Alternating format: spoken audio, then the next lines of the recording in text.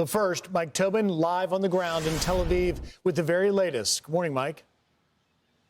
Good morning, Griff. And once again, the sirens wailed in central Israel this morning as another Iranian attack was inbound. The IDF now says some 27 Iranian missiles were part of that attack, and they've updated the number of drones, saying 30 drones were fired at Israel today. Almost all of the projectiles were intercepted mid-air, causing great booms in the sky as they were intercepted. Several did get through with massive warheads, causing a tremendous amount of destruction on the ground, particularly with the projectiles that hit here in central Israel in the Tel Aviv area. That being said, Magen David Adom Ambulance Agency reports some 80 injuries, but most of those injuries are light. Only one substantial injury, which is remarkable given the amount of power that was in the warheads of those particular missiles. Now, the Iranian foreign minister promises more attacks like this with a threatening post that reads in part, in accordance with the UN Charter and its provisions allowing a legitimate response in self-defense,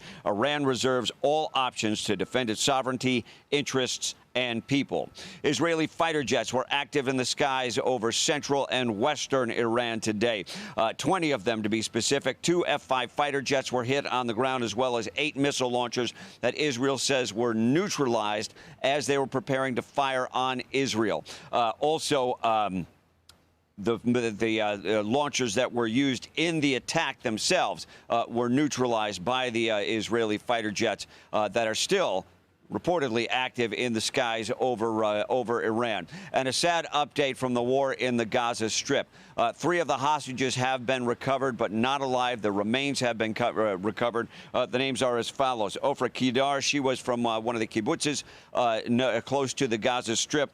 Jonathan Mordecai Samarano, he had been attending the Nova Music Festival when he was kidnapped and killed. And Staff Sergeant Shai Levinson. Their remains were recovered this morning, not through negotiations, but rather through, I should say their remains were recovered yesterday, not through negotiations, but through a special operation. Guys, back to you in New York. Mike, when we look at the activity of Israel over Iran, you know, American might sit here, a viewer might sit here and say, why don't we just bomb all of the launch sites that Iran has? That way they can't send any more missiles. Is it a situation where Israel is actively patrolling over Iran with fighter jets? Do they need to see a missile battery shoot before they can find its location? Do you have any insight on that?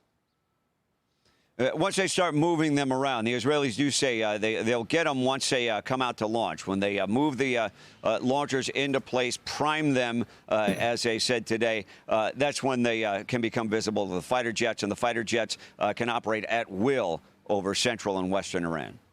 Mike, you mentioned the response from Iran so far, and obviously we've been covering that for the last week plus. Now the question becomes, does Iran shut down the Strait of Hormuz? What's your indication on that? Any sense as to whether they go that far? Well, it seems that Iran would not have held back anything at this point. This is as severe as the conflict can get for them. If they want to take this to a naval war, they've got that option. The threat of mining the Strait of Hormuz has been there for decades now. We just haven't seen it materialize yet. What do we know about the reaction of the neighbors to Iran, to Israel, just the neighborhood? What has been the reaction to this bombing? Well, much less than we would have thought. One thing that prevented Israel from striking at Iran a long time ago was the threat that the Iranian proxies could cause so much damage, really, to the civilian population of Israel. Keep in mind that Israel hasn't really fought an enemy for a long time that fought them militarily, if you will. They had some air defenses in place, but mostly what you see is this threat that says, don't fire on us or we'll fire on your civilian population. We'll dispatch suicide bombers, things of that nature. So it really does seem that if the proxies were going to act, they would have acted at this point. We've seen a few missiles out of the Houthi rebels, but that's about it. Now, I was referring to Saudi Arabia as well, and Kuwait, and the UAE. But we're running out of time, Mike. We'll come back to that. Those are some of the questions we have, and we'll be following this story so closely. And we really appreciate you coming into us live right now. Thank you, Mike. Got it. I'm Steve Doocy. I'm Brian Kilmeade. And I'm Ainsley Earhart. And click here to subscribe to the Fox News YouTube page to catch our hottest interviews and most compelling analysis.